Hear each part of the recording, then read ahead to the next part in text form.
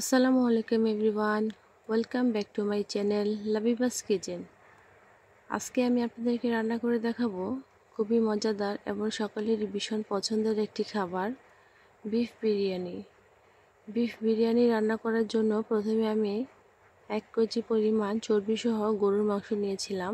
মাংসটাকে ছোটো ছোটো করে কেটে নিয়েছি আমি। আপনারা চাইলে মাংসটাকে একটু বড় করে কাটতে পারেন, যার যার টেস্ট অনুযায়ী কেটে নেবেন। এরপর আমি মাংসগুলোকে একটি পাত্রে নিয়ে নিলাম। রান্নার জন্য প্রসেস করব, সেই জন্য প্রথমে আমি এখানে 3 টেবিল চামচ পরিমাণ আদা ও রসুনের পেস্ট দিয়ে দিলাম। আদা ও রসুনের পেস্ট দেওয়ার পরে এর মধ্যে আমি দিয়ে দিব কয়েকটা আস্ত গোটা মশলা।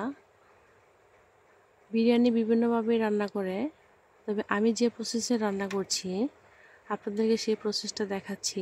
এই প্রসেসে খুবই সহজে বিরিয়ানি রান্না করা যায়, আপনারা চাইলে বাসায় ট্রাই করে দেখতে পারেন।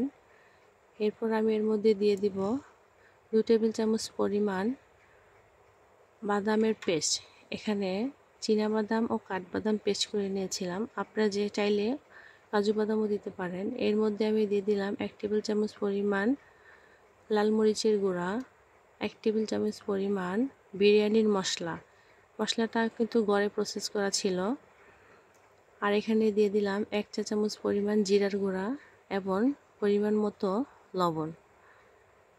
এরপর আমি এর মধ্যে দিয়ে দিব হাফ কাপ পরিমাণ পেঁয়াজ কুচি এবং কয়েকটা আস্ত কাঁচামরিচ। এরপরে এর মধ্যে আমি দিয়ে দিব 2 টেবিল চামচ পরিমাণ টমেটো সস এবং 2 চা চামচ পরিমাণ সয়া সস। এরপর আমি এর মধ্যে দিয়ে দিব 1 কাপ পরিমাণ সরিষার তেল।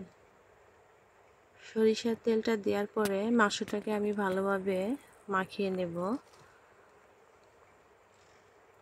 যাতে মশলাগুলো খুব ভালোভাবে মাংসের গায়ে লেগে যায়। খুব ভালোভাবে মাখাতে হবে মাংসটাকে। মাংসটাকে মাখানো হলে এরপর আমি ঢাকনা দিয়ে ঢেকে মাংসটাকে বসিয়ে দিব চুলায় রান্নার জন্য।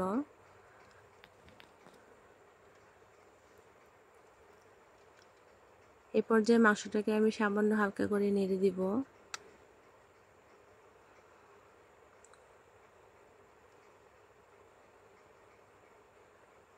নেড়ে দেওয়ার পর মাংসটাকে আবার ঢেকে রাখবো। এই পর্যায়ে চুলার জালটা মিডিয়াম পর্যায়ে রাখতে হবে। আমার মাংস কিন্তু প্রায় কষানো হয়ে আসছে, তবে মাংস সিদ্ধ হওয়ার জন্য আরও কিছুক্ষণ সময় লাগবে। এর মধ্যে আমি দিয়ে দিলাম 2 টেবিল চামচ পরিমাণ টক দই এবং আমি আগে থেকেই আলু কেটে রেখেছিলাম ছোট ছোট করে। আমার বাচ্চারা বিরিয়ানির আলু খেতে খুবই পছন্দ করে, তাই আমি এখানে একটি আলু ছোট করে কেটে দিয়ে দিলাম। এটা আপনাদের টেস্ট অনুযায়ী চাইলে দিতেও পারেন, না চাইলে নাও দিতে পারেন। এর মধ্যে আমি দিয়ে দিলাম 1 চামচ পরিমাণ গুঁড়া দুধ এবং পেঁয়াজ কুচি এবং জিরার গুঁড়া। জিরার গুঁড়াটা স্কিপ হয়ে গেছে, আপনারা দিয়ে দিবেন। আর এই পর্যায়ে আমি এই মাংসের মধ্যেই চালটা দিয়ে দিব। আমি কিন্তু চালটাকে আগেই ধুয়ে পানি ঝরিয়ে নিয়েছিলাম। এখানে আমি 700 গ্রাম পরিমাণ চাল ইউজ করেছি বিরিয়ানি রান্নার জন্য।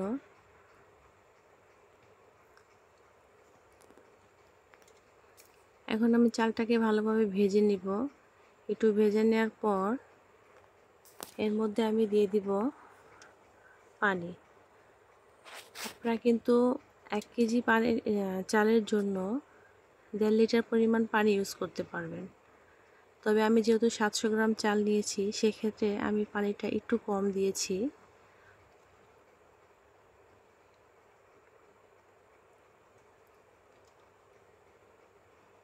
পানিটা দেওয়ার পর আমি কিন্তু এখানে গরম পানি ব্যবহার করেছিলাম।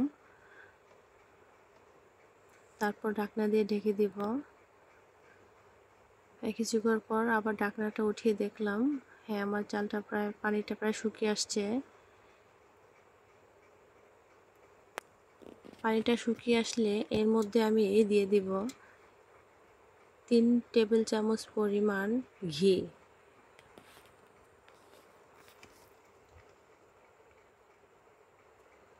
ঘিটা দেয়া হলে এর মধ্যে আমি দিয়ে দিব সামান্য পেঁয়াজ বেরেস্তা। পেঁয়াজ বেরেস্তা দিয়ে এটাকে আমি একদম লো হিটে ঢেকে রেখে দিব 10 মিনিটের জন্য। 10 মিনিট পর এই তো আমার বিরিয়ানি হয়ে গেছে। দেখতেই পাচ্ছেন খুবই সুন্দর এবং ঝরঝরে হয়েছে।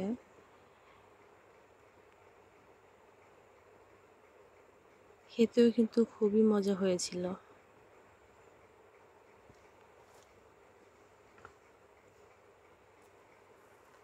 আপনাদের যদি এই রান্নাটা ভালো লেগে থাকে তাহলে অবশ্যই বাসায় ট্রাই করবেন এবং আমার চ্যানেলটাকে সাবস্ক্রাইব করে একটা লাইক দিয়ে পাশে থাকবেন। এতক্ষণ রান্নাটা দেখার জন্য সবাইকে অসংখ্য ধন্যবাদ। আসসালামু আলাইকুম।